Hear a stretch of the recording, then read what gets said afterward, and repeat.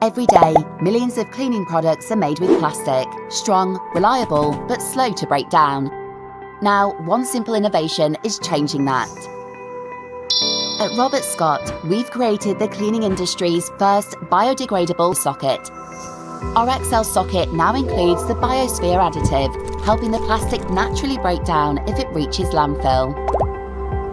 Here's how it works. During manufacture, a small amount of the additive is blended into the socket's plastic.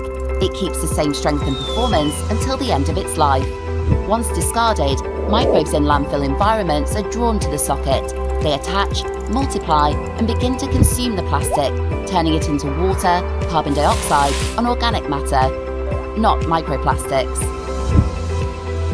While untreated plastics last for centuries, early lab tests show a significant breakdown in just a year. It's a huge step forward for the industry. It's part of Robert Scott's ongoing sustainability journey, from reusing waste fabrics in the 1960s to manufacturing millions of recyclable and biodegradable sockets today. By making our sockets reusable, recyclable, and now biodegradable, we're reducing plastic waste in cleaning, one mop at a time.